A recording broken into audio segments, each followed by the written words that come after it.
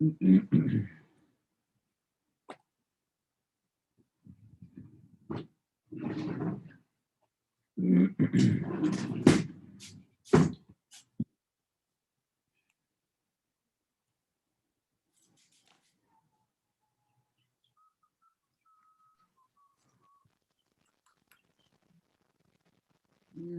doggy. Let's see.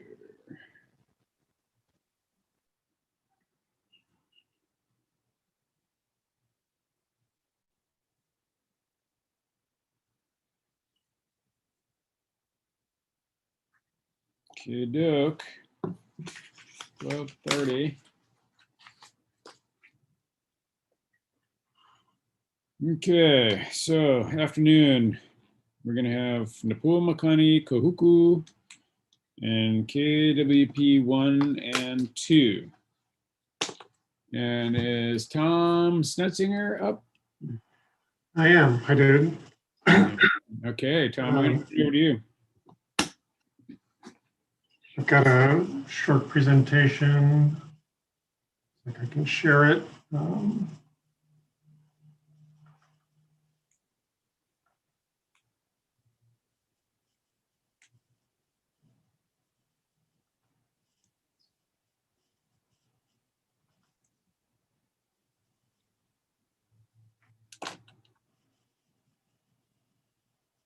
Can everybody see my screen? Can. Great.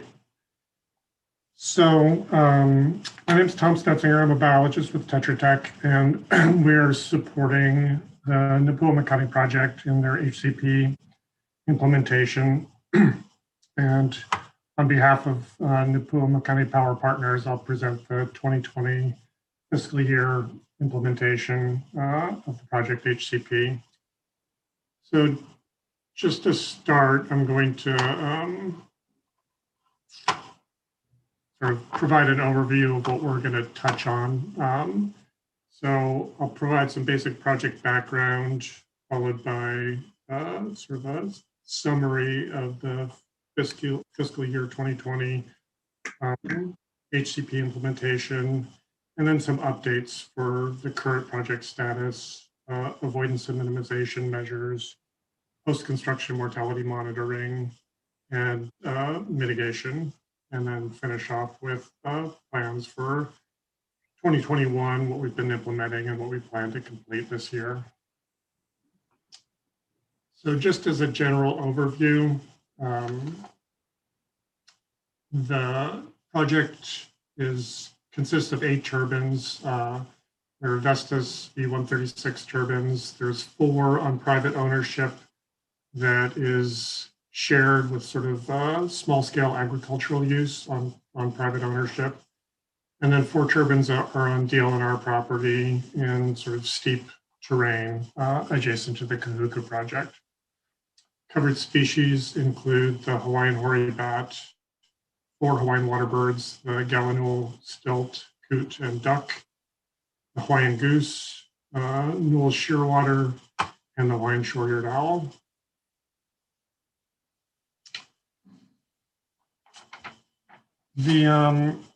Just to provide, I guess, a brief site orientation, this west side of the project is the DLNR ownership, 4 turbines distributed on that, numbers 1 through 4. There are acoustic bat detectors at turbines 1 and 4, and bat deterrents, which we'll get into in more detail on turbines 2 through 4 on this side. And then on the private ownership, the numbers are turbines 6 through 9. There's acoustic bat detectors at turbines 9 and 6, and a bat deterrent on turbine 6. So 2020 was really focused on project construction and planning and doing some basic monitoring associated with the construction of the project and making sure that any impacts were minimized.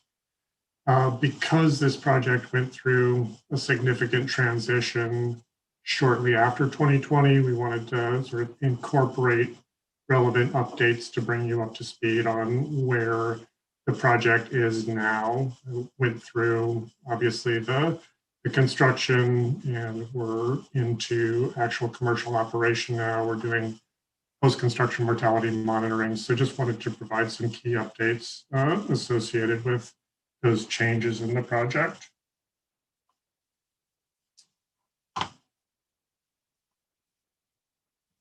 So sort of a quick status update.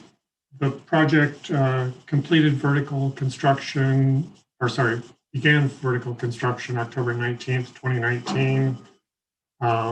Began testing the turbine generation August 16th, 2020. We began our PCMM searches August 26th, 2020, and commercial operations began on December 11th, 2020.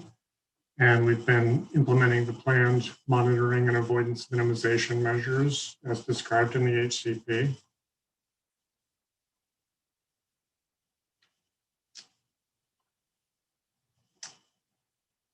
There are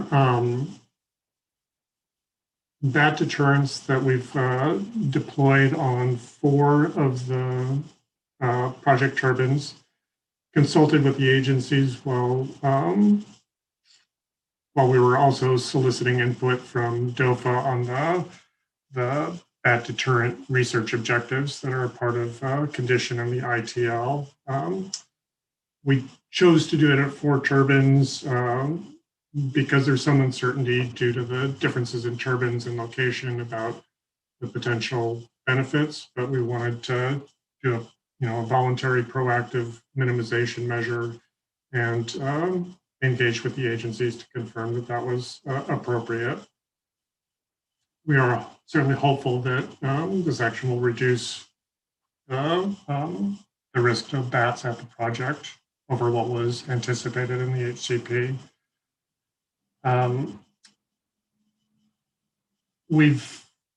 The selection of those locations were for the bat acoustic, or for the bat deterrence, was selected based on proximity to edge habitat. So that one site over on the private ownership that has a bat deterrent was included because it had more forest edge associated with it.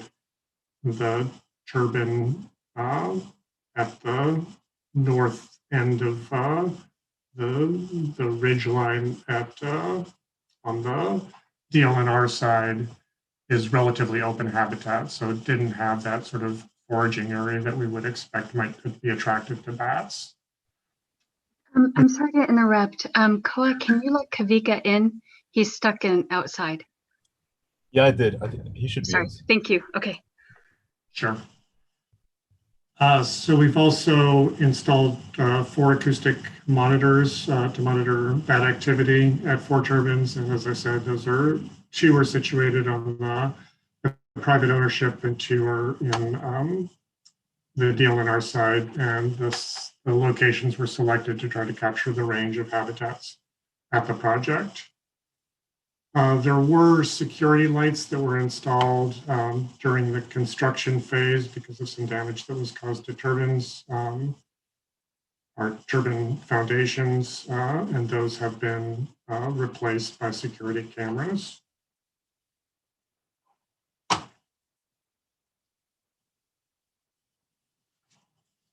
We've also been doing invasive plant species monitoring and management as one of the conditions in the Habitat Conservation Plan. Annual surveys of areas that were used for construction are surveyed for primarily Chromalina, but we've also included fireweed and fountain grass as potential invasive species that we want to keep track of.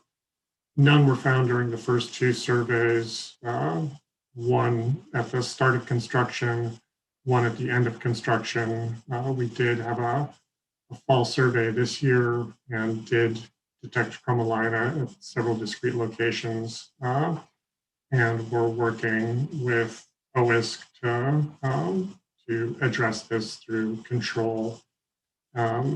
Just to be clear, there is a well-established population adjacent to this project, so wasn't unexpected that it would be detected in the area over time.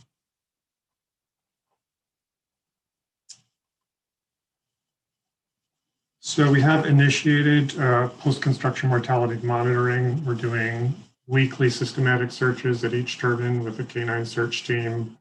We're doing vegetation management, and we'll be beginning scavenger control this quarter. There were some delays in getting the traps shipped because of the pandemic.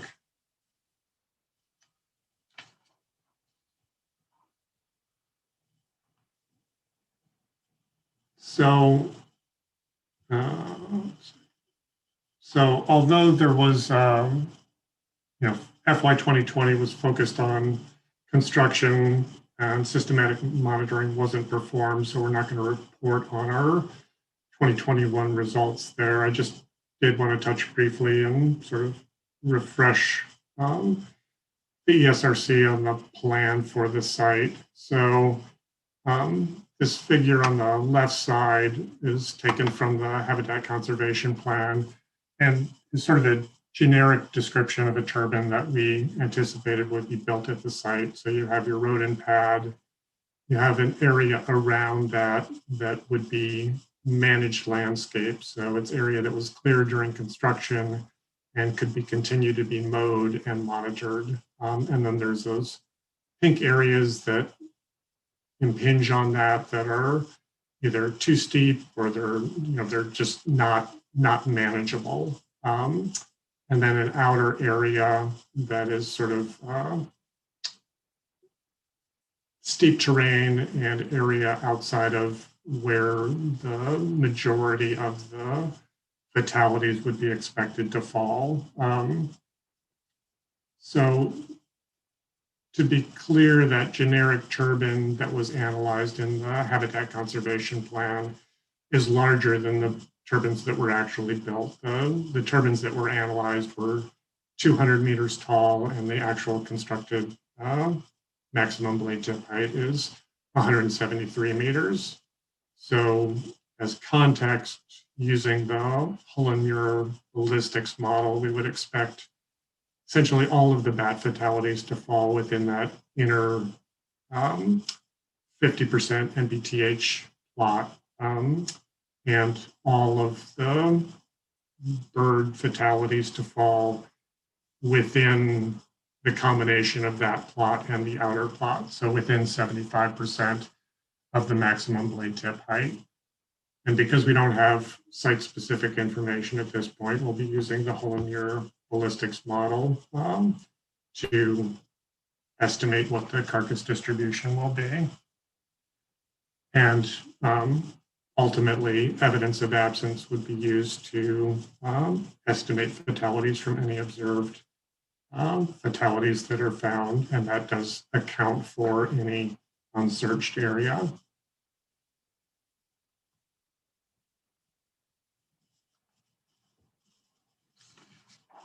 So with respect to mitigation, as you might recall, if you've looked at the HCP recently, for Hawaiian hoary bat, there's a two tiers.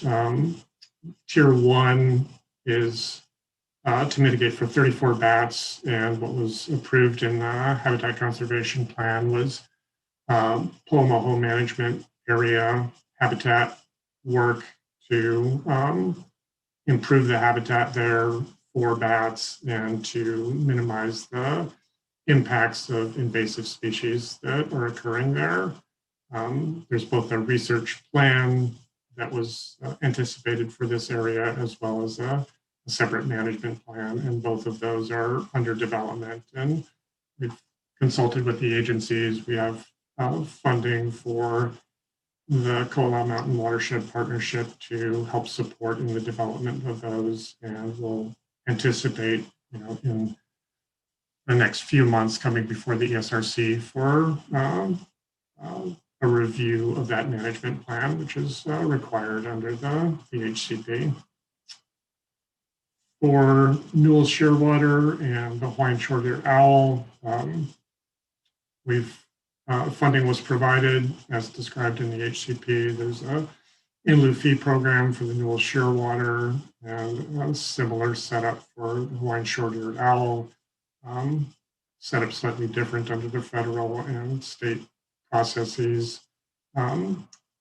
Or there's an actual reporting requirement and actions that will be taken for both entities, and will be reporting on at least general results from those programs in our annual reports.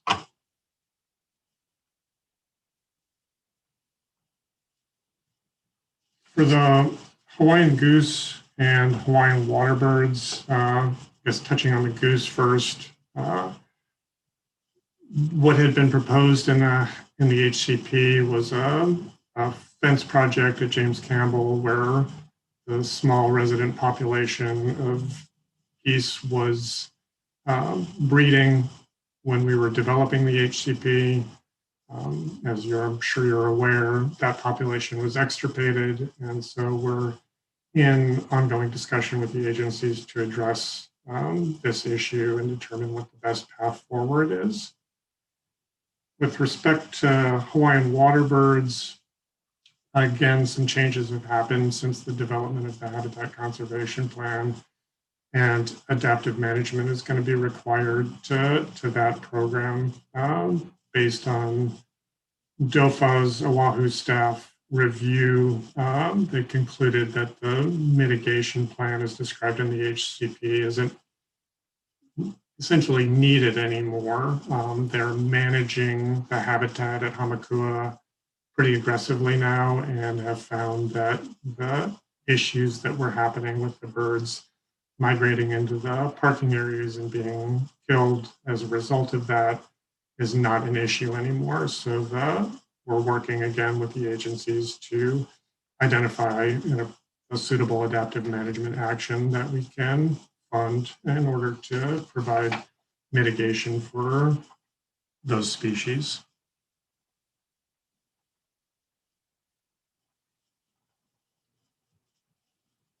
Did want to highlight that in July, this was prior to turbine operation, that there was a Hawaiian petrel fatality observed at the project. It was detected by site personnel and reported according to the protocol for downed wildlife. We have implemented additional minimization measures since that time and have observed no additional take of that species or any species actually at the project, any covered species. And we have made it clear to the agencies, and want to make it clear to you today, that we're amending the Habitat Conservation Plan to add petrel. In the initial review and development of that HCP back in 2014 through 2016, we did consult extensively with Fish and Wildlife Service and DOFA about this species and potential risk, and we all concluded that there wasn't a significant risk at that time. Tom, quick question. Sure. Sorry, if I didn't pick it up in the report. What was the collision from? I mean, what killed the bird? It wasn't. It apparently flew into a stationary turbine. The turbines weren't spinning at that time, and it was found. I don't know exactly how far, maybe 20 meters from the turbine tower. So it's just anticipated that it collided with that. So it was an incidental observation. I mean, it wasn't in any kind of a targeted search area. It would have fallen within the targeted search area, but we weren't implementing the monitoring at that point. But we do have an extensive wildlife, education program where everybody that comes onto the site is informed about potential risk and knows who to call and who to report it to. So that system seems to be working well, and was the system that identified this species. Great, thank you. Sure. Tom, my understanding is that the lights at the site were modified after that time. I think the assumption was that the lights potentially drew the bird in. Is that correct? Yes, the security lights were still being used at that time. Since at that, when that occurred, we took additional action, lowering them and trying to reduce the potential impacts of those lights. And relatively quickly, I think it was within, certainly within a month, we were able to replace those with security cameras that no longer need lights.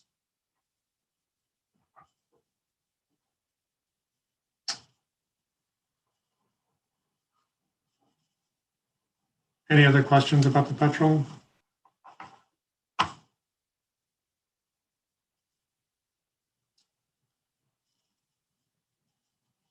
So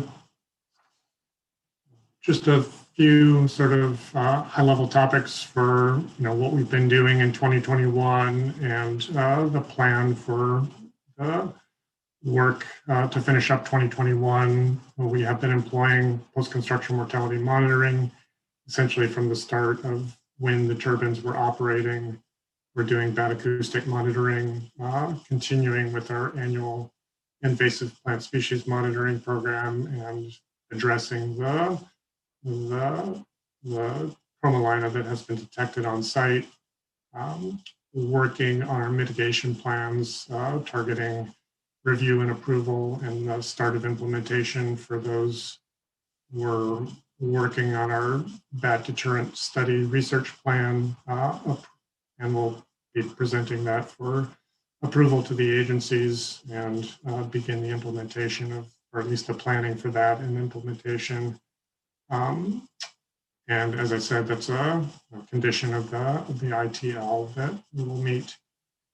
And then obviously reporting in compliance with the habitat conservation plan and our associated permits.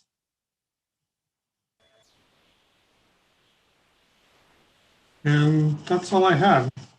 Any questions? A couple questions from my side. The deterrents, are they the same as the ones being used on Koiloa, or is this a different brand, different strategy? Same deterrents. NRG is the company that provides them, and same general strategy. As I said, we're approaching this in sort of a stepwise fashion, making sure that because these turbines are bigger and in a different location, that we want to make sure that we are not going to run into any problems with them. So deployed them on the 4 turbines that we thought were most likely to be risky to bats, or the riskiest turbines on the project to bats, based on the habitat profile in the area, that edge habitat or forest edge habitat. And we anticipate be doing a deterrent study at the site, and hopefully that can shed some additional light that'll help inform any future changes in that program. Forgive me, because I didn't catch this in the annual report. But how are you going to assess whether the deterrents are working or not? In your design. I mean, Koiloa just put them on everything, and they're making the assumption that they're working. In your case here, you are actually asking a question. What kind of data or results will it take for you to decide whether it's working or not? Well, we're under the assumption that it will be effective. We won't be doing anything in terms of, providing adjustments to the row value for our evidence of absence calculations, because essentially we're starting from this place. So we've had the deterrents operating on those turbines since the start. So we won't be able to test that. We do have the bat deterrent research project that we need to implement as part of the ITL conditions. And we will be looking at information that we can gather from that hopefully will allow us to better understand how those deterrents are working and the bat use at those areas. But that study design has not been developed yet. Okay, well, looking forward to that. And then one other question I've got, you said that you had trouble getting traps for your predator control, and that was delayed, but you're doing weekly searches right now. Do you have CEF information to confirm that weekly is adequate, or should you maybe just be little bit more conservative and try and decrease your time interval a little bit until you get your predator trapping going? We are collecting that information, both CFIN, carcass persistence information, and while we certainly are losing some of the carcasses to scavengers, we are the probability of persistence is greater than 50% for sure. I can't remember exactly what it is, but I think it's in the 60 to 70% probability of persistence from one search to the next, which was, we wanted to make sure that we were at least at that measure. And that's described in the HCP that we wanted a median carcass persistence probability of at least 50%, or we would take adjustments to that. So we are meeting that target, and we will be deploying the traps in the very near future, in the next week or two. Tom, would you mind pointing out which turbine in this picture was the one that the HAPE was found at? Let me look quickly. I think it was turbine 1.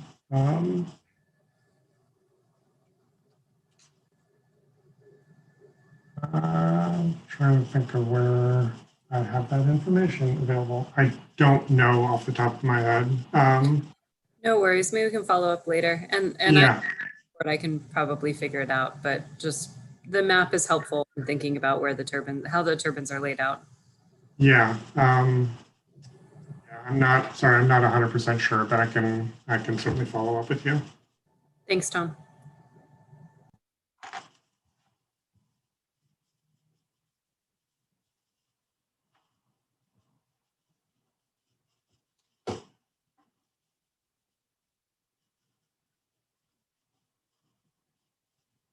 Any other questions? I just looked at the down wildlife report, and it's turbine 9. Okay, so turbine 9 is the one. It's actually this one here. It's right next to the base yard. Which one? I'm sorry, I'm not. It's the northern one on the private ownership. I can go back to the map.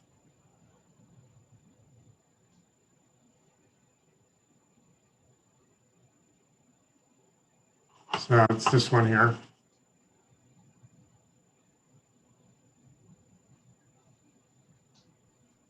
Okay, thank you, Tom. Sure.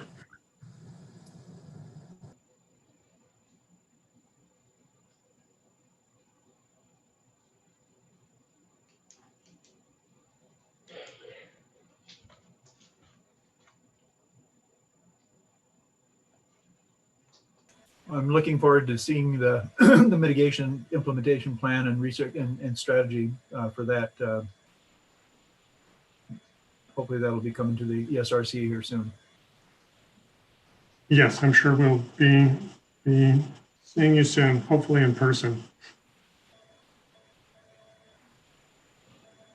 Hope it's not going to be that long.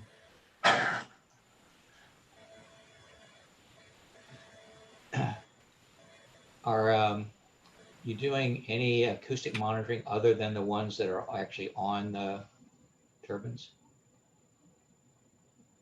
We're not. We're monitoring at the 4 locations adjacent to those turbines.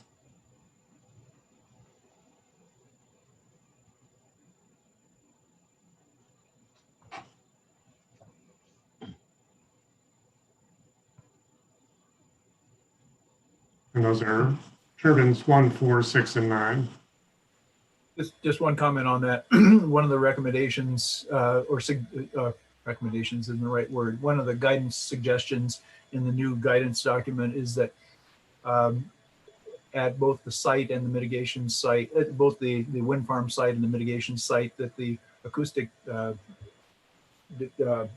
monitoring is set up in a way that it could be added to as a site for the island-wide type of monitoring that West has been doing. So we're hoping that you and the other projects would be willing to, would be amenable to having that kind of information incorporated in also. Sure, yeah, we can certainly look at that with the client. And while I didn't mean to misstate this if you were asking about monitoring at the mitigation site, but there certainly will be a acoustic monitoring component at Pomoho as part of the management and research plans there. And Tom, for your for the deterrence, what's the frequency that that's running on? I don't have that kind of detail. I can certainly follow up with you. Thank you. I believe it's the same setup and same frequencies as is being employed at Kalakaua.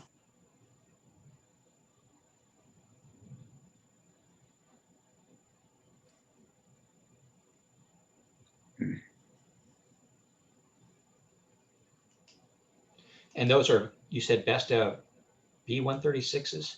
Is that? Yes. Okay, thank you.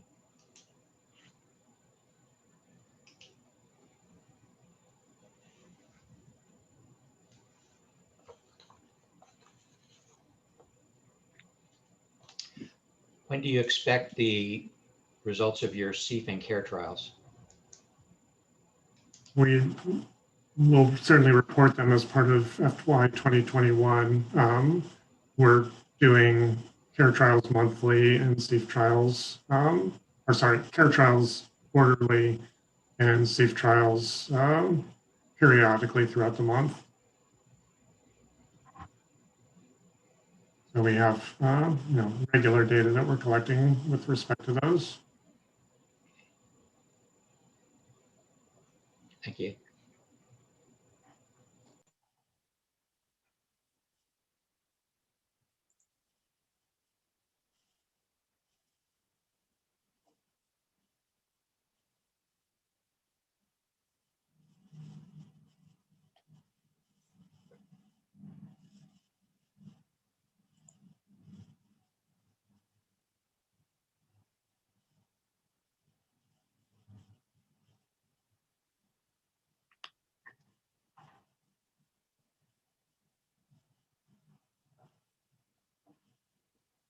Yep. Any other questions? Okay. Thanks, Tom. All right, thank you. Thanks, Tom. Thank you. Thanks. Yeah. Then I guess we're moving on to Kahuku.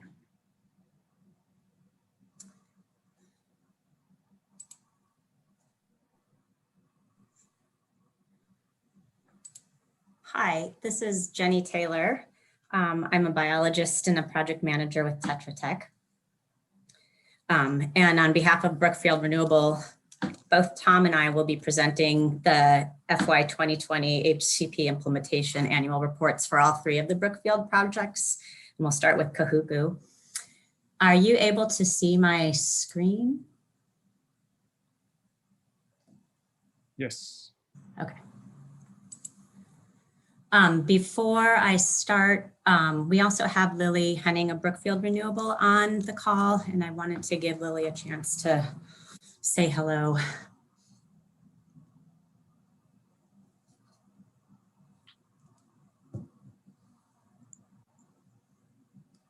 She might have stepped away, so we'll just go ahead and continue. Let me just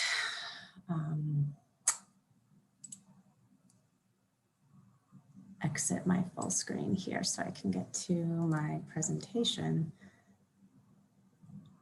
There we go. Okay, well, the presentation overview for Kahuku has 4 components that highlight the HCP implementation in FY 2020. I'll talk about the post-construction mortality monitoring program as it occurred in FY 2020. I'll present the estimated take of covered species at the end of this fiscal year. I'll talk about our acoustic monitoring program and mitigation for the project. So Kahuku is located on the north shore of Oahu, and operations commenced in 2011. There are 8 covered species, 7 of which are U.S. Fish and Wildlife are federally protected and 8 of which are DOFA protected.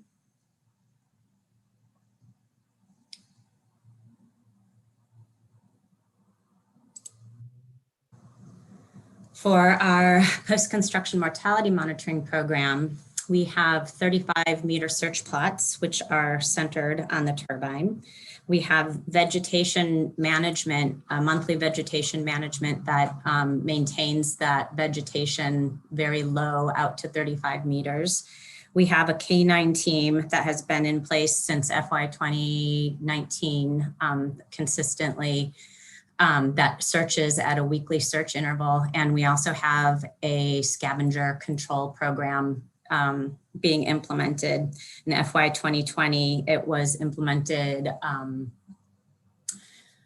by every other week or twice a month during this time frame.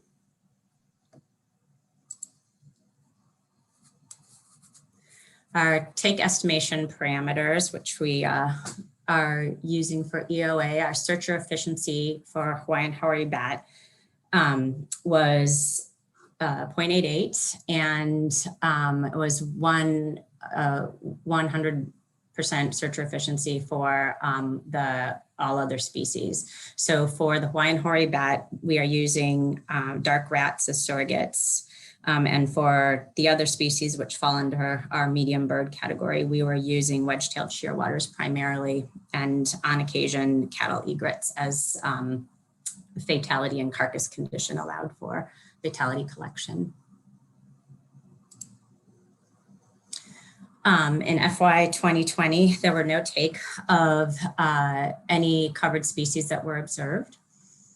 And to date, we only have take of Hawaiian hoary bat, and the total take that's been observed and used in analysis has been 4.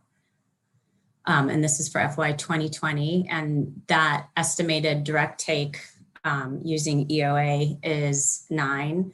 The estimated indirect take using the guidance, the 2016 guidance methods, was 1.7. And so therefore, at the end of FY 2020, the total estimated take for bats was 11.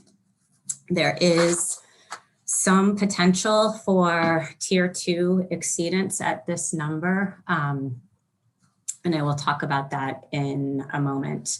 When we have, again, no take of any of the other covered species.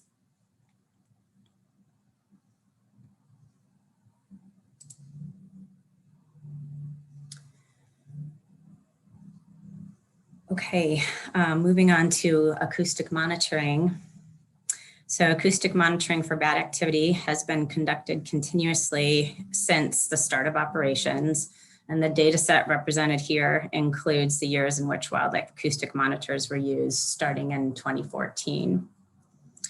And over the past 7 years, we've seen pretty stable detection rates and similar temporal patterns during pregnancy and lactation periods.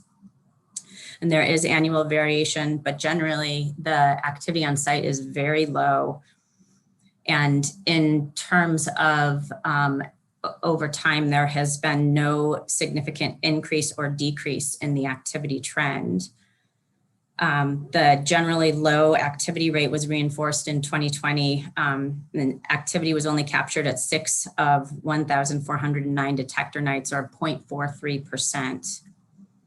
And currently, we are monitoring at 4 detectors.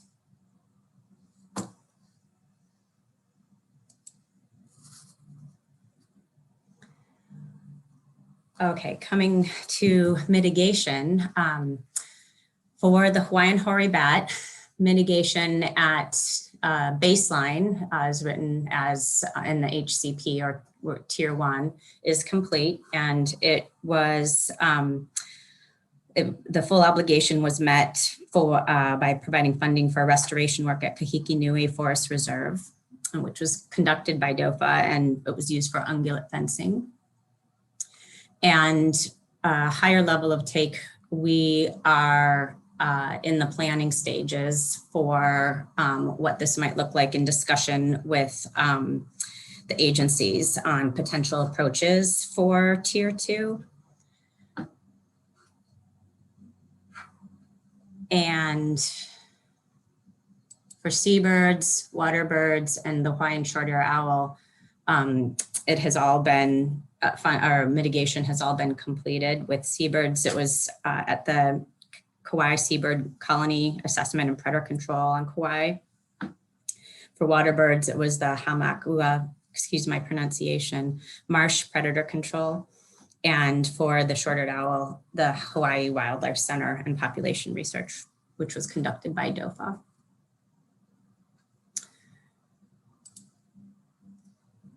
So for what's coming, first I wanted to mention that we had what felt like a significant success of having no interruptions of any part of the monitoring program due to COVID, either in FY 2020 or to date. So that felt, we had pretty rigid safety protocols in place around that, but that felt like a great success.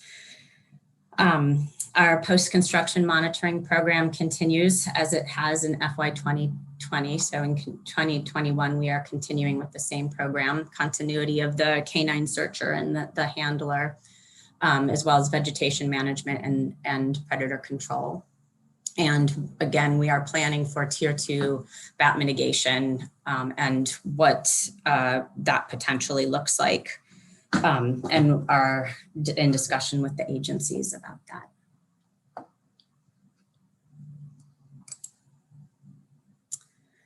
And with that, I will open it up to questions. I think both Tom Snetzinger and I will take questions if anybody has them.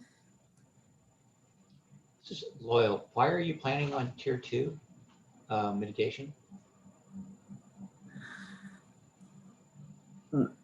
Because we are approaching the 75% threshold of tier 1.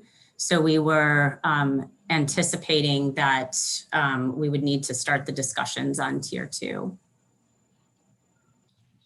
So in 2020, how many take did you have on bats? In 2020, we had 0. So that means you've had them here in 2021. I'm sorry, I missed that. So I don't know why you were approaching if you haven't had any take.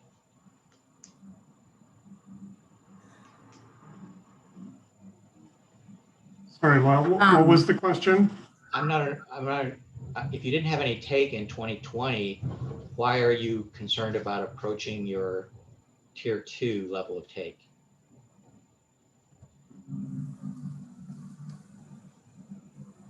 We're concerned about it for, I guess, 2 reasons. One is the level of take for this project is relatively low. So the tier 1 limit is, I think it's 15.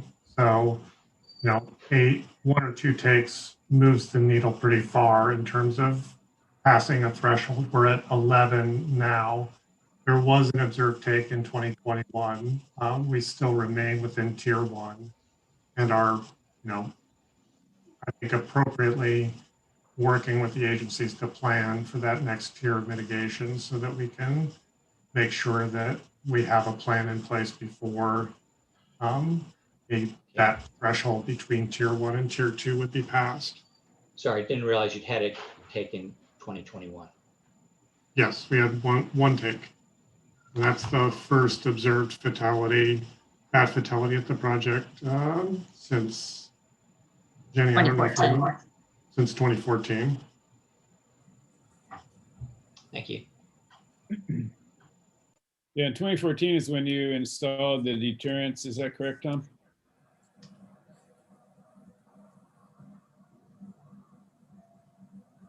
Deterrence?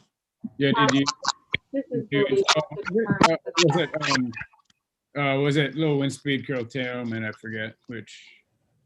Yeah, there aren't deterrents installed at Kahuku. They have, I think, adaptively managed the low wind speed curtailment program there over there. So when you installed the new low wind speed curtailment regime, that's when it went to 0 for several years, a number of years, right? Yeah, since 2014. Okay, thanks.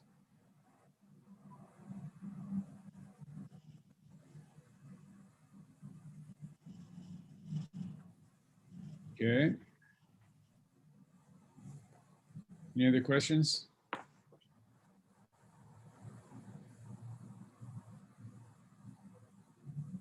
Okay, sounds good. Thank you.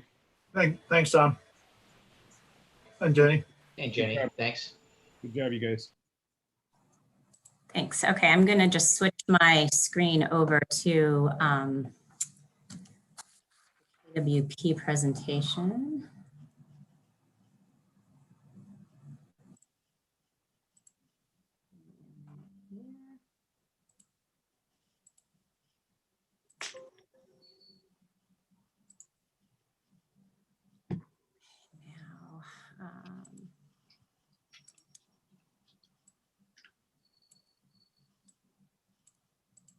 Now, I just need to find my screen sharing button. There we go.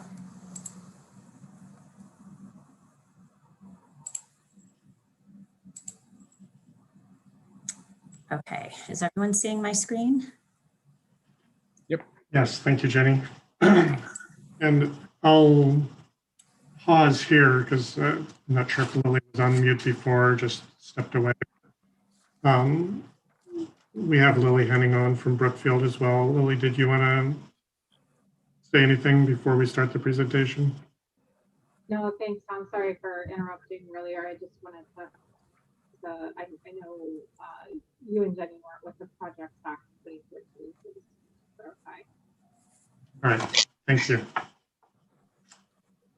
So sort of an overview for these presentations. We'll follow our basically the same order for the two different projects. We'll hit a project overview, talk about the post-construction mortality monitoring program, covered species take estimates, the bad acoustic monitoring, and mitigation for KWP1 first, and then move on to KWP2.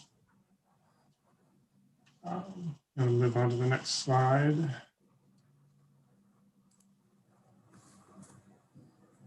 So just a quick overview for the KWP1 project. There are 20 turbines located in West Maui. Operation began in June of 2006. And there are 4 covered species. KWP1 project is a little higher in elevation than KWP2, but they basically run in a line down the ridge there in West Maui.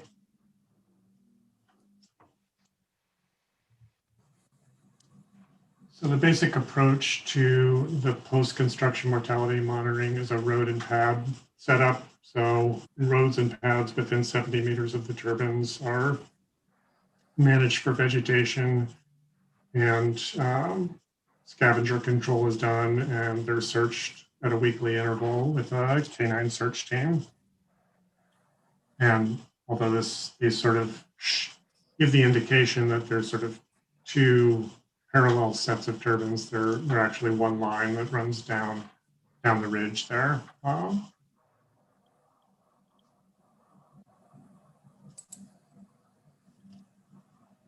So for the take estimation parameters, similar to the way we presented Kahuku, we have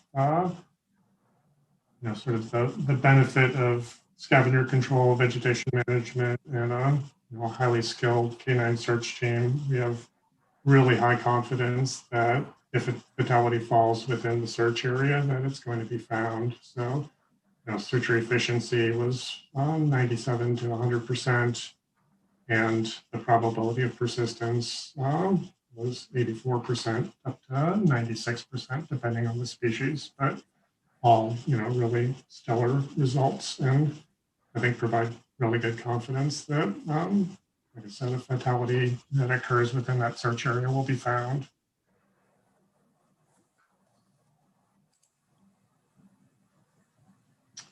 sort of a summary slide provides an overview of the observed and estimated take.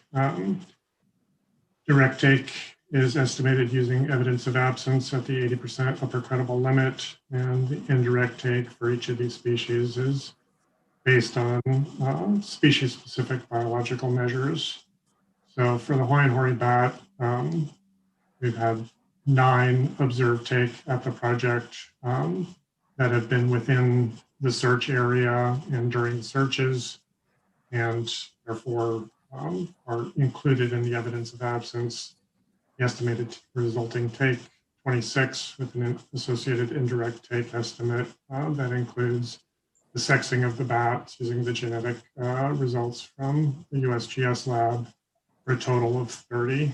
And similarly for Hawaiian petrel, we have a total estimated take at the 80% upper credible limit of 19, and for Hawaiian goose of 45.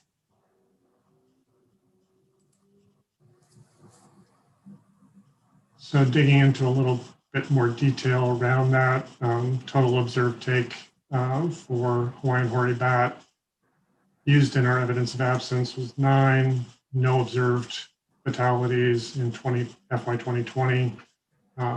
Total estimated take is 30, and looking at the projection, which is a module that they have in evidence of absence, there's a very low probability that we'll have a tier 2 exceedance.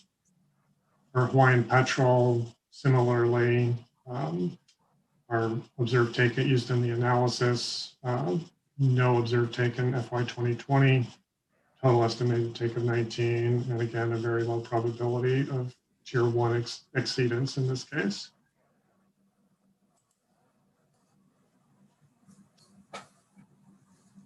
For the Hawaiian goose, we have similar results, 25 used in the analysis, 0 observed take in FY 2020, and a total estimated take at the end of FY 2020 of 45, and a very low probability of tier 2 exceedance. And for Newell's shearwater, no observed take at all.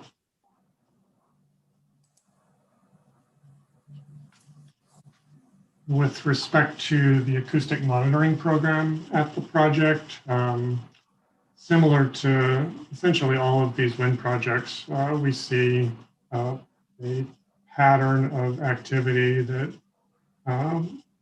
has these spikes of increased detections in the lactation/post-lactation period, and a smaller spike in the pregnancy, pre-pregnancy and pregnancy period. We see year-to-year variation, but we see the same pattern repeated year-to-year. Sometimes there's a little movement around where the actual peak occurs, but generally we're seeing it around the same sort of biological timing associated with the biology of the bat.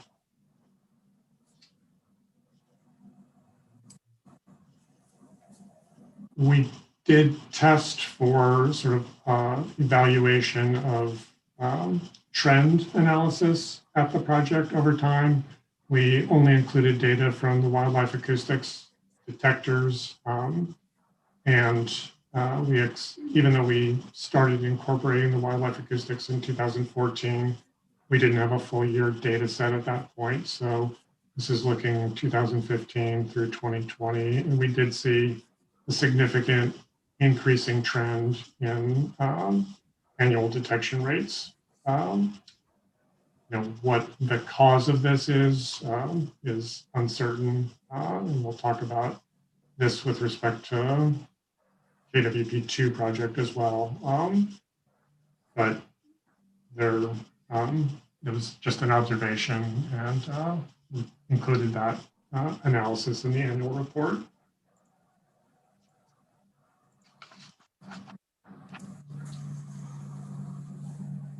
So for mitigation for the Hawaiian hoary bat, tier 1 was 20 bats, and that was complete. It was a USGS radio tracking study. Tier 2 is a combination of two of the research as mitigation projects that were identified by the ESRC and funded through the various wind projects. So there was a Maui radio tracking research done on Maui that included 15 bats of mitigation, and the USGS Big Island Research Project that included another 15 bats for a total of 30 bats of mitigation at the Tier 2 level.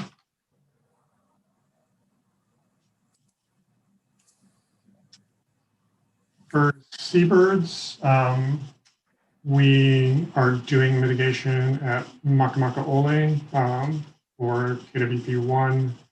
We did conduct a status review of the project with the agencies and some independent experts earlier this winter. And based on that review, there wasn't evidence that there were fledgling Newell's shearwaters produced in 2019, which was disappointing, but the evidence just wasn't there to support that.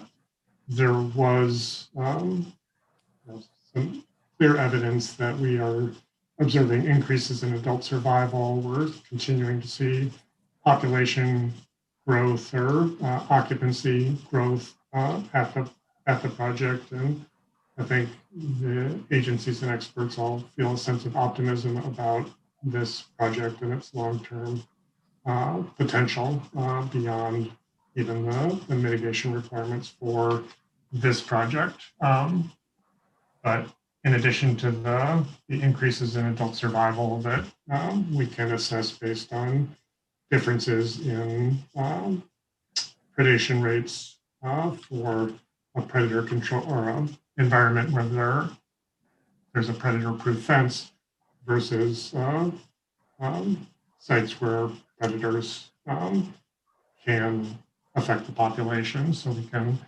provide a measurement of that.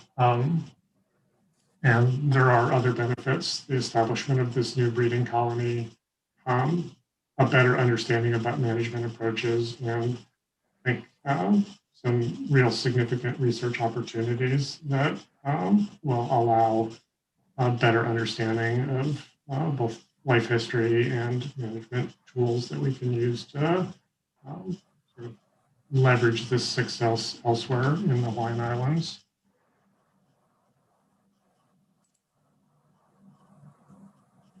As part of the mitigation for KWP1 and focused on trying to recover lost productivity due to our inability to sort of make significant strides on Hawaiian petrel mitigation, we got approved to do predator control work on Lanai in 2018, and the results of that were 36 fledged Hawaiian petrels above the baseline. So that was a great success. In terms of moving forward, we're continuing to work with Dauphin Fish and Wildlife Service to quantify benefits associated with Makamake'ole and respond to the mitigation challenges, particularly around Hawaiian petrel. We just haven't had an establishment of the population of Hawaiian petrels at this site. And so in working with the agencies, we'll be hoping to define a clear approach, mitigation approach for both species in 2021. For Hawaiian goose, mitigation is ongoing.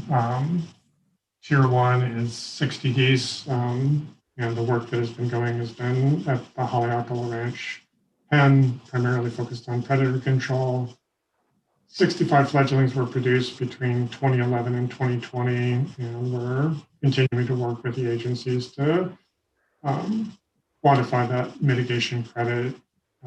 We are considering options for Tier 2 planning in case our estimated take goes above that threshold, but we're in the planning and just consideration stage for that step.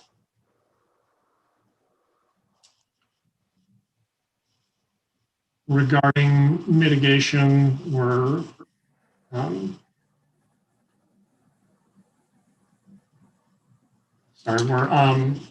working with the agencies to try to improve the successes of the mitigation that's been going on at Haleakala. In late FY 2020, the contracts were revised and continuing work at Haleakala Ranch. And we do see significant sort of interannual variation in terms of the productivity of that site. So we're hopeful that with sort of this refocus of efforts on the work there, that we can see some improvements and increases in productivity that can leverage for and start meeting our mitigation goals.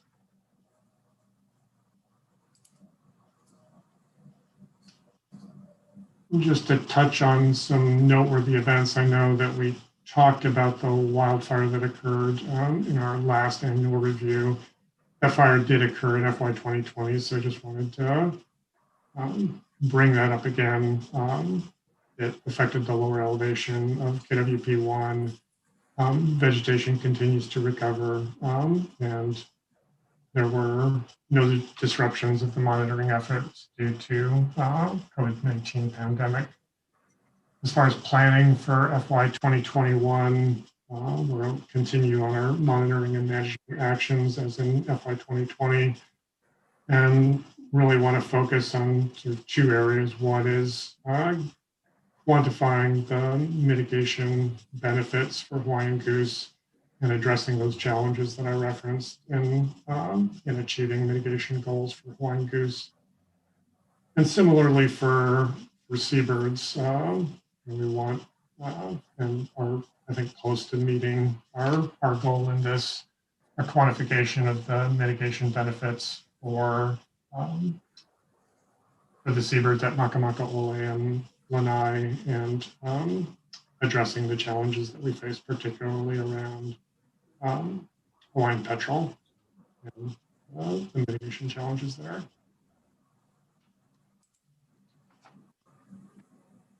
And with that, I'll pause for questions. Tom, thanks for the presentation.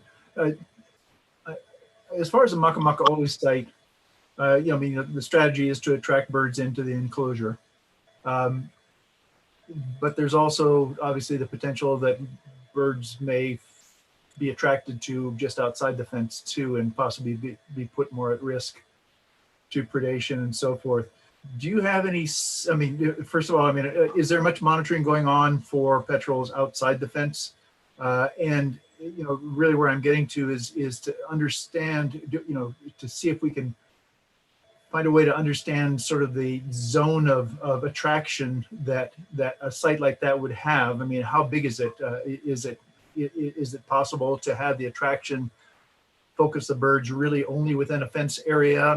What is a buffer around that attraction zone there? The concern being is perhaps you are, well, certainly birds who land inside there, the adults are freer from predation in that more controlled area. Hopefully they're going to produce young too, but outside there, they're potentially even more risk for predation. Do you have any sense as to how big the scope of that attraction area zone is? We don't know specifically. There have been periodic efforts throughout the work that's been done at Makamakaole to find burrows outside of it, outside of the specific managed area, and I don't believe any have been found outside of that, but it hasn't been sort of tested or quantified to my knowledge. I think that we are given the sort of abundance of suitable locations for nesting within the area. It's it's challenging for me to believe that there would be a significant population of, let's say, petrels just outside of the fence and none using the burrows that have been established inside the fence. So I think that's an unlikely scenario. But I do take your point that we don't know what kind of risk those additional birds would be facing in comparison. I don't know that we would believe that it's necessarily a higher risk than another naturally occurring site with a suite of predators. It would just be different. And Tom, could I add that in 2019 and 2020, all of the burrows were within 2 to 3 meters of the acoustic playback mechanism. So we were able to verify that in those 2 years. That's very useful. I appreciate it. And Tom, I wasn't suggesting that they weren't attracted inside, because I really think they are. There's no question about that. But I guess bigger question too, and it's interesting that we reviewed what was it, the minutes this morning from the meeting in 2019, because this question also came up, is really on the viability of Makemake in terms of a production site for mitigation. And I just wanted to, if you can, touch back to the discussions you've had with the agencies and other experts in terms of really the potential for this site. I mean, yeah, I mean, I would say that with respect to Newell Shearwater, there's no question that it is, we are continuing to see growth, and we think that there are sort of minor changes in management, particularly around the substrate and the burrows and things like that, that can get us to the point of not just having a colony that's being occupied, but producing young. And that's obviously one of the key things that is a principal goal of having a long-term site like this. Petrels is a real challenge, and we've been discussing potentials for adaptive management to other location, principally Lanai, for work at least in this interim year, 2021, primarily because we know that we can have success there, and we are in need of making some positive movement on Hawaiian petrel mitigation. So we've been sort of working under the assumption that something was going to happen at Makemake, and our actions were going to bear fruit in terms of Hawaiian petrels actually occupying the site. And we've extended ourselves a couple of years beyond the adaptive management trigger that is identified in the HCP. And at this point, particularly around the KWP1 project, we're late in our needs for meeting mitigation requirements, and have an urgency to start being able to benefit the species and not sort of wait for the potential of something down the line. And so for that reason, we've been engaging with the agencies and trying to move forward in at least an interim step to make positive movement on benefiting Hawaiian petrels in this coming breeding season.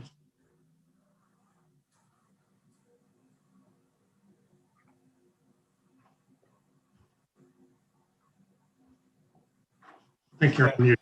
Thank you for thanks for the clarification.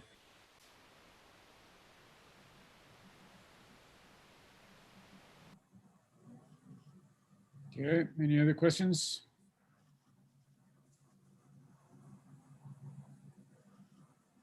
Okay, thanks, Tom. Sure. You want to go on to KWP2? Or you guys want to take a quick break? About a 5 minute break. Yeah. Okay. Okay. Quick break, 5-minute break. We'll come back at 1:45.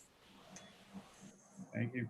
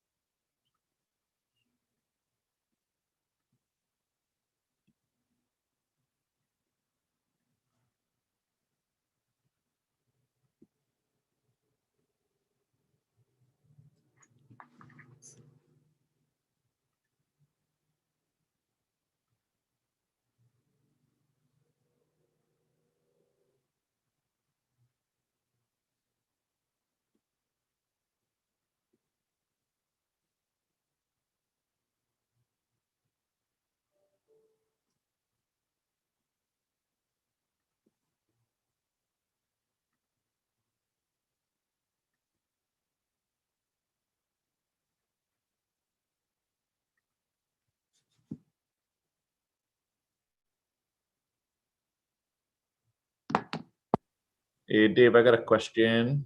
Yeah.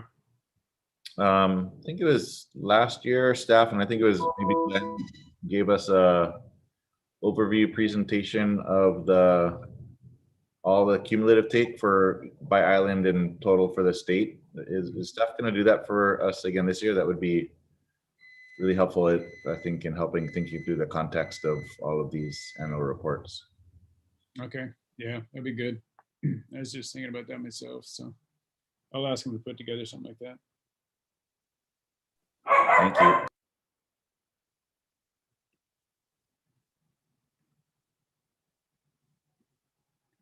Lost my view here. I went to this little teeny view. How do you get a big full screen view back? Hey, Kavika, those numbers and graphs should be in that packet I sent out, just the summary. So I think it's like the first couple of pages. So you can Okay. a lot of graphs there. Yeah. Thanks, I'll check it out. Yeah. Okay, well, it's 1:46. Let's go ahead and get going. You want to go ahead, either Tom or Jenny? Yeah, sure. Thank you.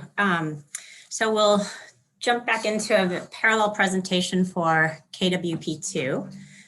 And the KWP2 project is the lower elevation turbines in the picture here as shown in pink.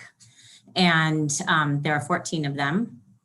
Operations commenced in 2012, and they have KWP2 has the same 4 covered species as KWP1. Additionally, it has the same search strategy as KWP1. So Tom had mentioned on KWP1, it's a long string that continues up here, and we were able to fit these all into the same map figure. It's the searchable area is the cleared areas of roads and pads within 70 meters of the turbines. And we have a weekly search interval with the same K9 team that searches KWP1. And we keep the areas, we have a vegetation management program to keep the cleared areas cleared. And we also have a scavenger control program in place.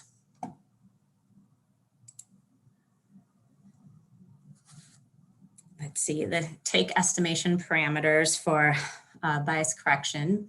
As you can see, we have a really strong searcher efficiency for all 3 size classes of 100%. And additionally, the probability of persistence from one search to the other is strong for all 3 size classes, strongest for the Hawaiian goose at 0.95, and a little bit less than that for the bat and for seabirds. We are using chickens as surrogates for Hawaiian goose and dark rats for bat surrogates, and primarily wedge-tailed shearwaters for seabirds.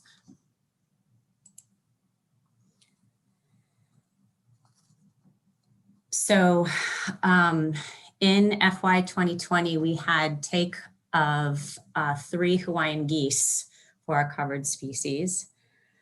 And they occurred between November and December in 2019. All 3 of these fatalities were detected outside of scheduled search times, but based on the proximity to when the search time was going to happen, we included them in the observed direct take. So this table then is showing the overview of estimated take modeling. So at the end of FY 2020, we had a total of 12 fatalities that have been observed, and 8 were used for observed direct take in EOA, which modeled at 21 and an estimated indirect take of 0.8. And so that provided total estimated take at the 80% upper credible limit of 23 plus 1 gosling that was attributed to other wind farm operations. And for the Hawaiian hoary bat, we've had a total of 4 fatalities observed since operations began. 1 incidentally, and 3 were within the search parameters. The last hoary bat fatality that we had was in 2019, and that is the incidental that's shown in this table. Estimated direct take models at 11 with a 0.47 indirect take, and therefore the total estimated take at the 80% upper credible limit is 12 through FY 2020. So to provide a little bit more detail similar to KWP1, basically our estimated take at the end of FY 2023 for Hawaiian goose is, at the end of FY 2020 for Hawaiian goose is 23.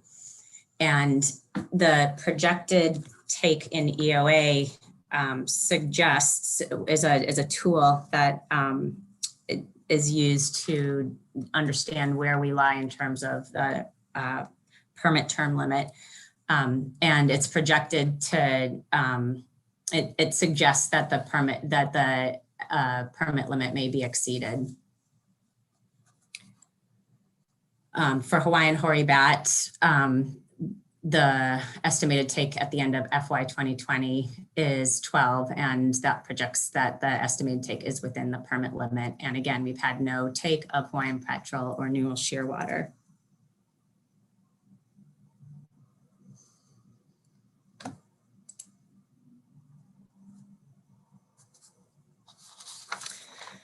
Okay, for that activity at KWP 2, the acoustic monitoring program continued in FY 2020, and the figure shows that the observed activity in FY 2020 is consistent with the patterns observed from previous years, which include a significant increase in activity in the post-lactation and a smaller period and a smaller spike of activity during the pregnancy period.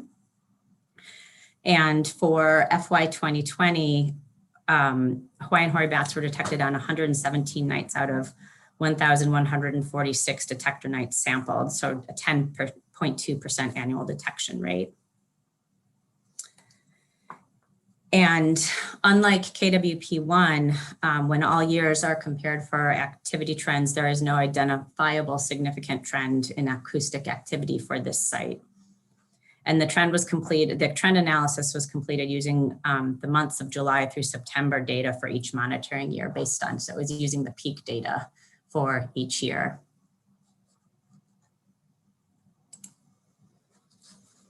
So that switches us over to talking about mitigation. Tiers 1 and 2 of 11 bats have been mitigated for and completed. This was at the Dofa Kahikinui Restoration Project. And Tier 3 of 19 bats is ongoing. It's in the form of the USGS Research Project on Hawaii. And the project is on track for completion in 2021. And so this slide is very similar. It's the same information as for KWP1.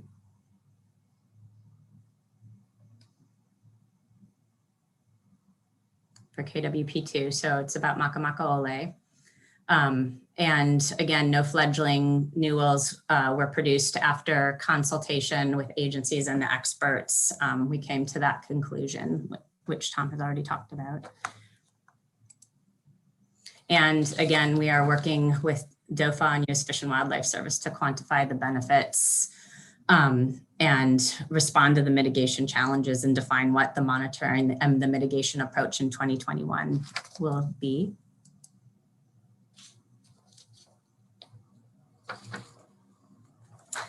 So for Hawaiian goose, Tier 1 is for 18 adults and 3 fledglings, and it's still ongoing. Funds were provided to DOFA's PLO Ranch pen predator control, and 1 year or 6 months of technician was funded at the Haleakala Ranch as well. And we are working with the agencies to quantify mitigation credits. Funding has been provided for 2021.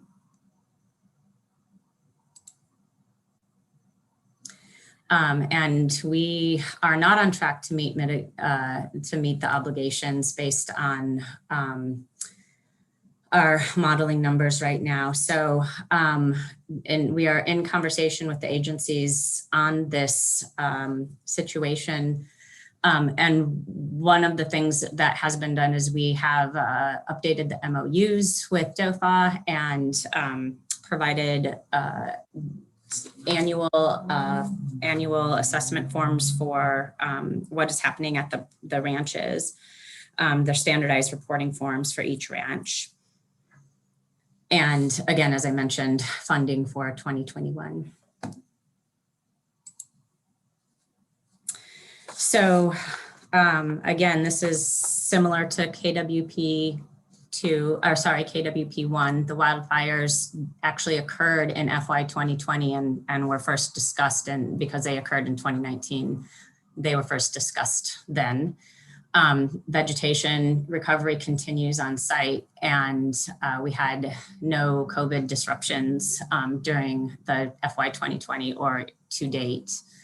And the monitoring and compliance is continuing in FY 2020 as it did or in FY 2021 as it did in 2020. And our priorities for KWP2 are similar to what Tom identified in KWP1, which are quantifying and addressing the benefits and then mitigation challenges for Hawaiian goose and similar for the seabird species. Okay, and Tom and I will both take questions. This is Loyal. Can you tell me which of the KWP2 turbines had backtake so far? I have to do some, I don't have that information off the top of my head. I have to do some digging to find that, but I can certainly provide that information. Thank you.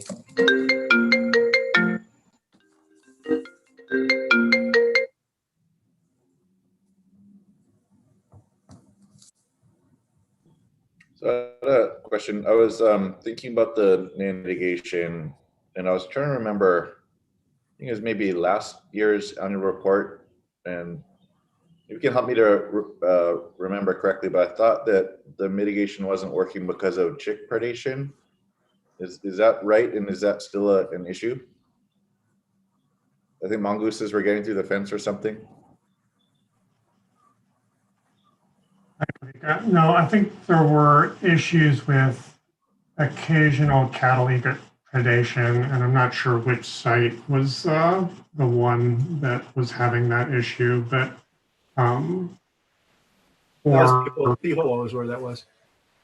Yeah, and I'm not sure exactly how or if DOFA has been able to address that. I think it's, we are seeing production, and it is, I would say, we're seeing differences year to year in the amount of production, which I don't think is particularly unexpected, but through our sort of increased focus on sort of the mitigation needs and the collection of information that we think can describe benefits, we're hoping that we can come up with a framework that accounts for not only the fledgling of the fledging of young, but also any additional benefits that are sort of.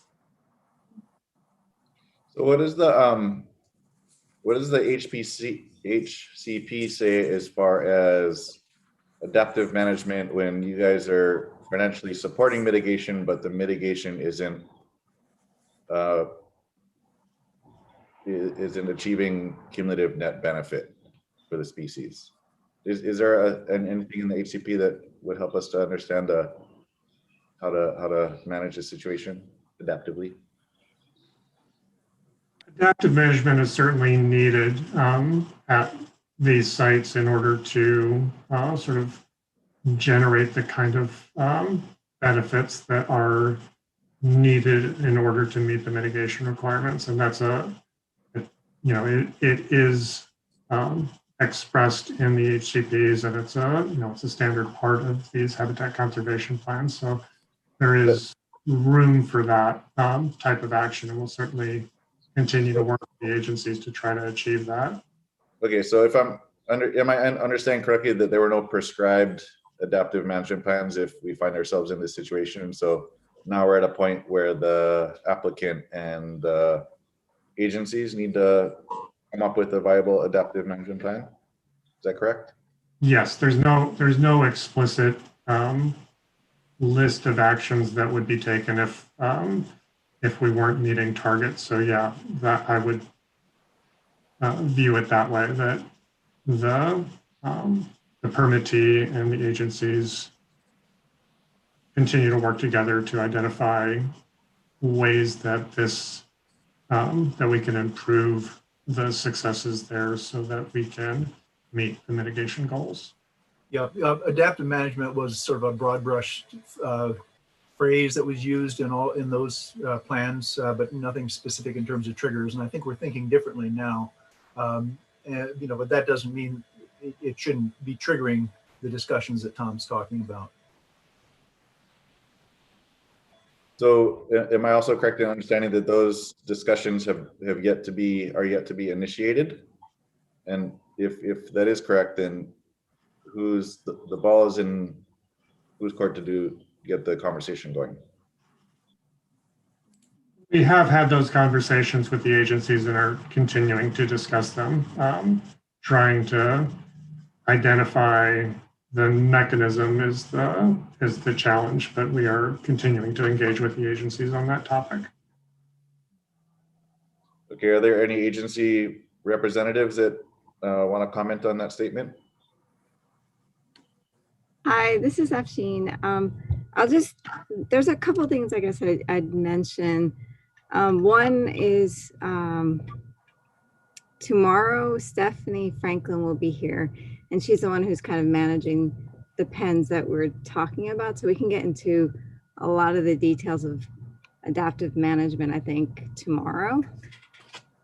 But the other thing I want to mention is that I wouldn't say the mitigation isn't working, but the way it was funded and the allocation of funding wasn't fully funded by KWP, at least for Haleakala Ranch. So even though the number of fledglings produced is sufficient, it wasn't fully credited to the wind farm, if that helps.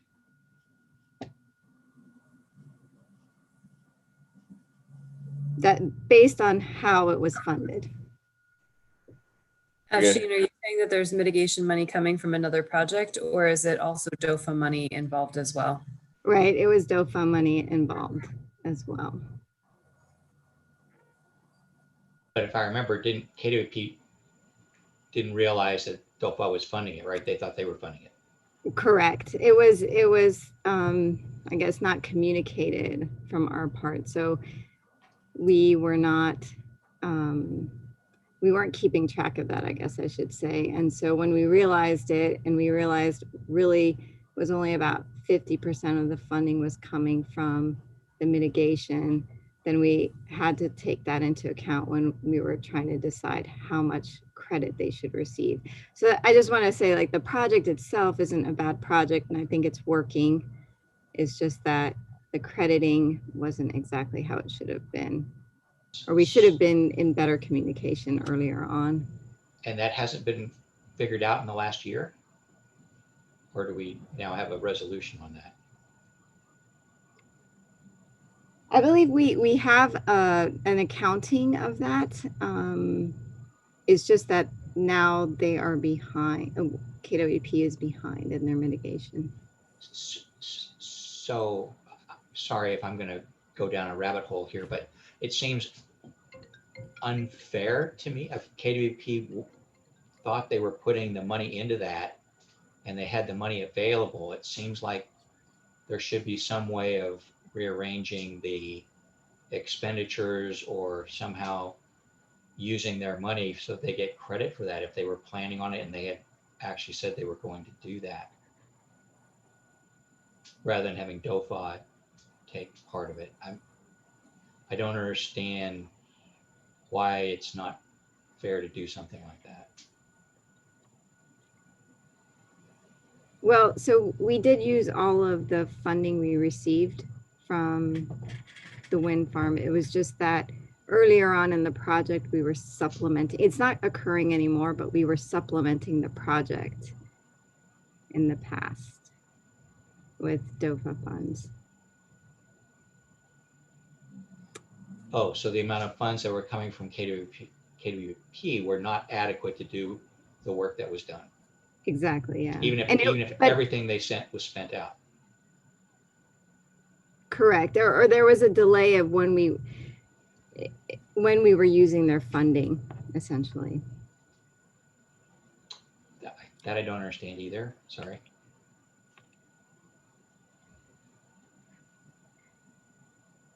So there was, I guess, if there was some, so we were paying essentially for civil service staff to manage the pen, and we were not able to use the mitigation funds based on where the money was going. It was an accounting issue. And so we were supplementing that, but then we contracted it out to have techs manage the pen. We were able to use the mitigation funds. So it was kind of an issue on our part on how we were funding those positions that were managing the pen. So, and the problem was it wasn't communicated so that KWP was able to provide us the funding that we spent in the previous years. So that was not communicated to the wind farm at that time. But what we did was we had an accounting exercise done where we could see where all the funding sources, where they were coming from that funded the program since 2011, I believe, when Haleakala Ranch was built, the pen. And so at that time we could see how much funding was paid for by the agencies versus how much was paid for by the wind farm. But all the money that KWP wanted to put into the project was put into the project. Correct. Okay, all right. Yes. Then splitting that up is fair. Just, it seemed like last year, it seemed like they were getting penalized because the money couldn't be spent, and that didn't seem right. No, we figured out a way to do that. Okay. So we do have techs that are working under the mitigation funds currently at the two pens. And they're 100% funded by the wind farm. Navsheen, just to clarify, this is an issue that has happened in the past that in your mind it has been resolved and it's not likely to happen again. Yes. Okay. And KWP is okay with the outcome. I would say that we are continuing the conversations with DOFA and the service to make sure that the project is getting adequate credit, but we don't have a complete agreement on the mechanism at this point. But we certainly hope to in the coming quarters have that finalized. Okay, thank you. I just wanted to add in, this raises kind of the complexity of doing these mitigation projects on what I assume is private land, and integrated it, because knowing that that private landowner then may have opportunities for things like NRCS funding and those kinds of things to do habitat improvement on their own properties. So are there safe harbor agreements being set up for these private landowners for these obligations of mitigation being implemented on their properties? There is for Haleakala Ranch. There are safe harbors for both of these properties. I would not say that it is ideal, the way that the mechanism was set up, because the safe harbor was put together prior to the mitigation being anticipated. And so the safe harbor agreement is reasonably quiet on the possibility of mitigation and what that would mean. It's been addressed after the fact with amendments and clear memos to file about what would happen if the landowner decided to, because they have the right under the safe harbor agreement to stop the safe harbor agreement, which would mean that the mitigation could no longer occur on the property. So there are safeguards in place to address those types of situations that are consistent with the safe harbor agreement. But it, very bluntly, it's not ideal. And I think that there are better ways that we could do this in the future. But for right now, this is the best that we can do. As the safe harbors change, or if the landowners decide to do something different with them, and as new mitigation projects come in the door, I think that it will take careful evaluation on behalf of the agencies and ESRC about how do we do this appropriately. Yeah, thanks. I just remember the feeling of this last year as well. Yes. Interesting. Going back through the notes from the 2019 meeting minutes that we were reviewing brought all this to the foreground again as well.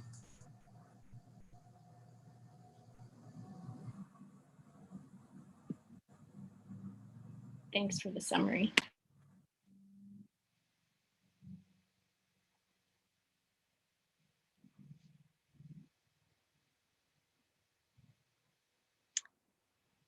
Well, if there aren't any further questions, I believe we have Gordon Tribble from USGS and Dave Johnson from HT Harvey to talk about the research, the bat as mitigation, research as bat mitigation projects that have been in progress for both sites. And I'll stop sharing.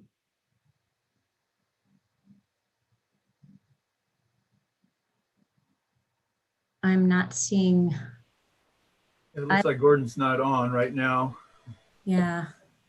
Yeah, actually, Dave Johnson said he wasn't going to present anymore because he didn't have any new research to provide since the BAT workshop. So we don't have Dave. I'm not sure if Gordon was planning to present either. Yeah, Gordon was going to talk on it. Bob Reed, I mean, were you up? You were in on those discussions. Can you summarize it? I wasn't directly involved. I just messaged Gordon, and he had to get on a regional call, and he said he just put something in the chat, but I'm not seeing it. Well, maybe we can come back to it a little bit later on then. Yeah, that sounds good. My knowledge of it is partial at best. This is actually the last agenda item for today. Not sure how to proceed. Hard to believe we actually finished early. Motion to adjourn?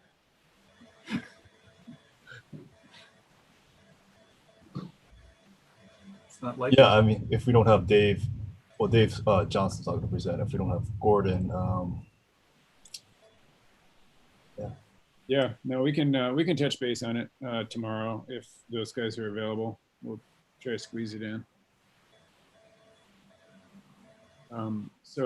Yeah, this brings us up to the end of the meeting, or at least today's agenda. Does anybody want to add anything? Michelle? Since, I mean, not that I wouldn't love to get off early, but Koa, I asked earlier about just that overview of the data. Maybe Koa, can you just pull up that screen just so we could all look at it and just walk it through, just so we're all on the same page, especially heading into tomorrow? yeah, we can pull it up right now. Is that okay with you, everybody? Is that okay with everybody? Yeah, I'll just take a couple minutes. Yeah, as long as we don't make any decisions, it's not an agenda item, I don't think.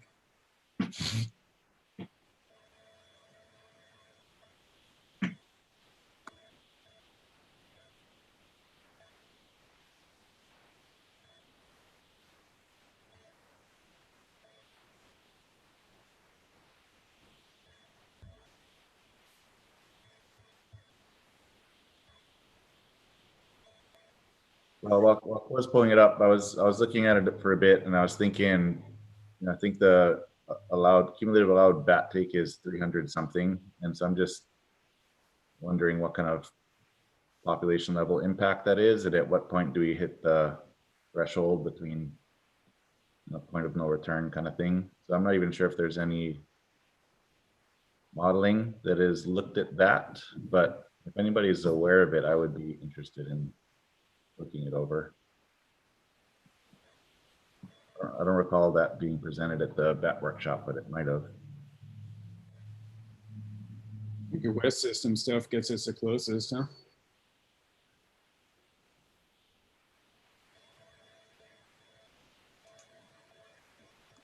Is that what? Okay.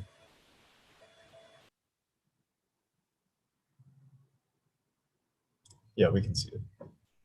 All right, so Afshin is sharing screen right now. So what we have here, if you can scroll up.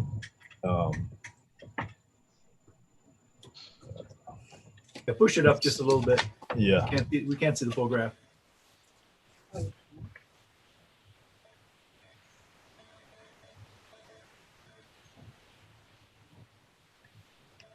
So yeah, I'll just point out the graph. So we have the take count on the y-axis, and then each species that's covered under all the ITLs and HCPs. I think scroll up. I still can't see.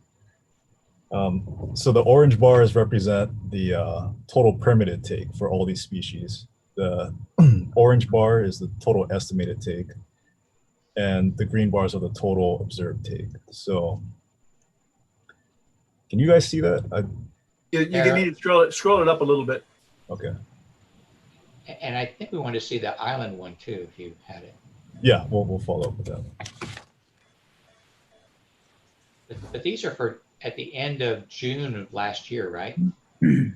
Yeah, so this is just for FY20, so June 30th. So it's been updated since then. Yeah, no, I still can't see it.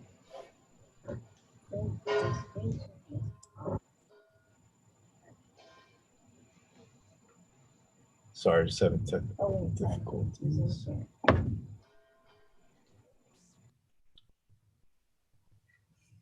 So Cole, we're looking at a different graph now, but I think we couldn't quite see the species names on that first one. Oh, there we go. Okay. There you go. Perfect.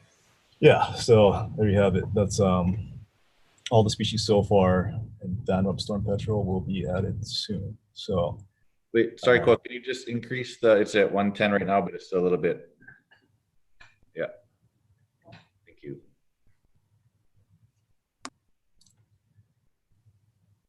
So yeah, this is the all the species, as I mentioned earlier, up until June 30th, 2020. So that's what we have. Hawaiian hoary bat is definitely the highest permanent take out of all the species. And then if you scroll down, here's a breakdown of Hawaiian hoary bat by island. So we have Oahu and Maui. Again, total permitted take, total estimated take, and total observed take. So, yeah. That doesn't include the Kauai Loa amendment, right? Yes, this doesn't include Kauai Loa amendment, which is, I think, brings it up to 220. Don't know what it's currently at. Brings up to more than 220. Koa, this is Tom Snetzinger. Can you confirm that the total estimated take is the sum of the 80% upper credible limits from each of the projects? Yes. Okay, so just to be clear, that's not, it's improbable that that sum actually represents an estimate of the total take, given we're sort of looking at summing upper limits, which isn't going to sort of provide a realistic estimate of what is expected to have been taken. So if we take the upper bound for each project and add those together, that's much more likely to be a high estimate than an actual estimate of the take from from all of the projects combined. Yes. But I should bottom also line, add, this graph doesn't have the current numbers. This is from last year. yeah, Right, right. Yeah, but Tom, this is the measuring stick we're using. I mean, that's the value we're trying to use. No, I understand that. I just want to be clear that if we're talking about this in the context of, population impacts, that's trying to bring it back to actual numbers. And this measure is the regulatory measure, but it's not necessarily a measure of what the actual impact is when we start summing across projects. Yeah, and unfortunately, we don't have a good measure of what the population is, and that has got huge bounds on it, even when we are doing our best guesses on it. No, understood. Just wanted to highlight that. Right. yeah. I should also add the total permitted take doesn't include Pekini Nui either, so it's higher. It'll be higher. Total, right, okay. So Chloe, yeah, just looking back at that first graph, can you go scroll back up, please? So of all the species, looks like the only ones that are the estimated take is above 50% of the allowed take is bats and nene. So they just stands out as particularly concerning. I just wanted to bring that to the attention of the rest of the SRC members.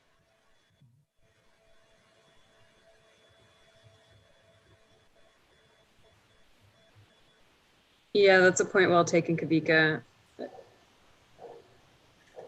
I do think that we're going to expect those numbers to rise, though.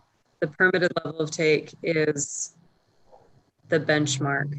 What we want to make sure that is that the yellow bar doesn't exceed in any situation the permitted take, right? Well, that's why we did the amendments. Right, exactly. And meanwhile, we need to make sure that the mitigation is keeping pace with the real take and the permitted take. So unlike bats, I think we have a pretty good understanding of what the nene population is. Do we have any research that would give us some insight about thresholds as far as cumulative impacts at the population level per island or for the state? For nene? Yes. I mean, this is just like in adding up all the numbers, right? But has there been any, critical analysis of the actual impacts of these numbers on the population of the species as we're trying to figure out cumulative net benefit and whatnot? No, I think that's a good idea, Kavika, and it gives us the opportunity to look at really what population impacts are, especially on islands, and say the impacts of taking nene on Maui. The overall population statewide is really highly influenced by Kauai, and so the island impacts, would be very instructive to look at. And we should be able to do, a similar kind of a PVA modeling as we did with, very limited information for the bats. We could do that for the nene certainly, and possibly for some of the seabirds. Yeah, so when you say we, who could actually do that? Would that be DOFA staff, or is USGS willing to do some modeling of some kind, or how do we get from here to there? I don't know if we're in a position to do any of the modeling, but we certainly have the species numbers per island at our fingertips. Maybe not necessarily at my fingertips at the very moment, but we have that information, and we have the relative, the take numbers over periods of time that we can incorporate into this. Right. And I will also say that for Fish and Wildlife Service, we're not just looking at the permitted take associated with HCPs, but we're also looking at other threats or other take that is occurring that is outside of the HCP process. Yep.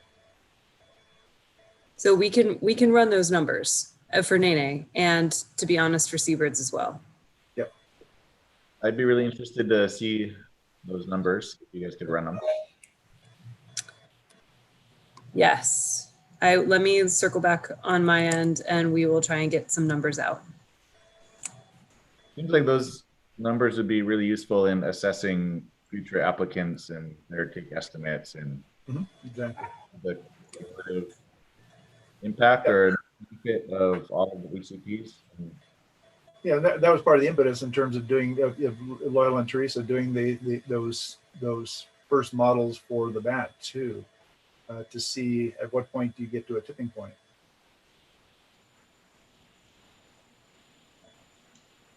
Yeah, but we didn't look at anything with Nene. We just Oh no, I know. the bat stuff.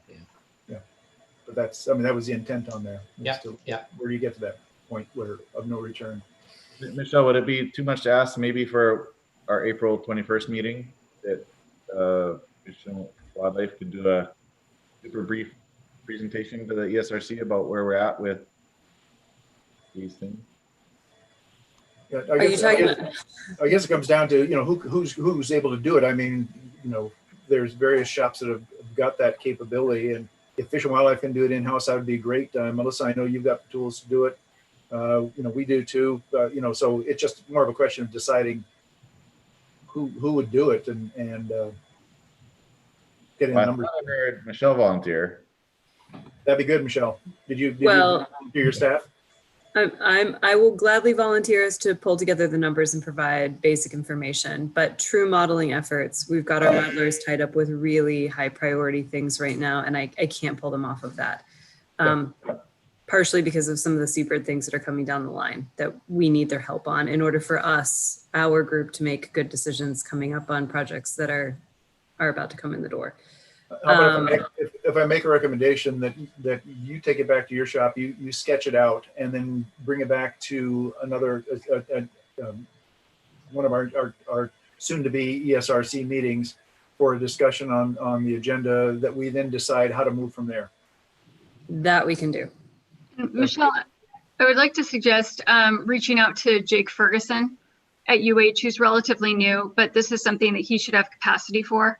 And being relatively new, his plate may not be completely full yet. That's so good. he would be a good person for that. Okay. But even knowing the cumulative take that's occurred for Nene and the cumulative mitigation production that's been done for Nene for each of the islands or each of the HCPs would be useful, right? That even without any modeling. Yeah. Yes. And like I said, that at least I can do. Yeah. And breaking it down by island, I think, is important. Correct. I mean, we're assuming with very few exceptions that there's no passage in between the different islands for Nene. And so I think it is important to look at it at an island by island scale. And as Jim, you said, it's so skewed by Kauai, we need to be able to reflect that. Right. Sounds good. No, glad you brought this back up again, Kavika. I think it's a useful thing. And if we can use this as sort of a springboard for better understanding, particularly things like the impacts on bats, that would be great. So from the DOFA side, I don't know, Dave or Koa, is it okay if we plan to add this as an agenda item for, I think April's the next meeting or whenever the. Sure. If Michelle's able to, you know, whenever Fish and Wildlife can get something together, that'd be great. We can work with Michelle and find out what the timetable is. So we should be able to do it by April. Yeah. I mean, will we have time on the April agenda with the guidance document discussion to address this, or is it going to be at the meeting after that? We'll look at the agenda and see what it looks like. I mean, it would definitely fit into the discussion of the modeling that's been done for bats, and whether this could be sort of a sidebar on that. That might be worthwhile. Okay.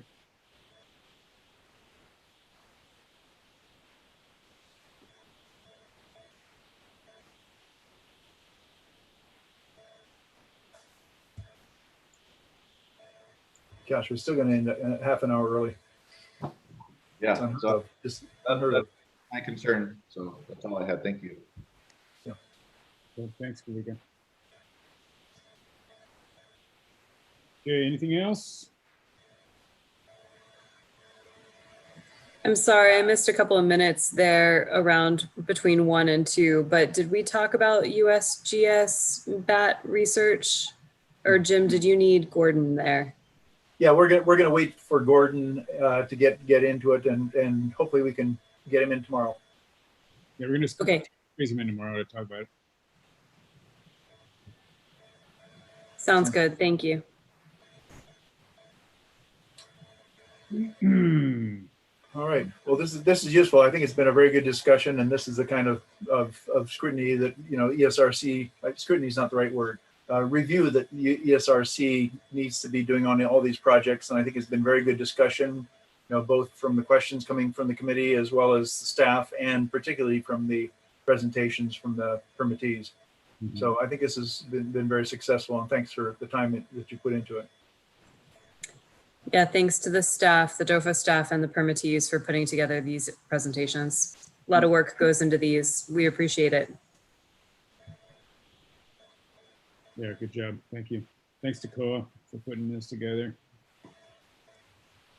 Okay. Same time, same place tomorrow? Yep, tomorrow at 9 o'clock. I move we adjourn. Second. I'll bring the coffee. We're adjourned. Thanks a lot, you guys. Thank you. All right, thanks everyone. Take care. See you tomorrow.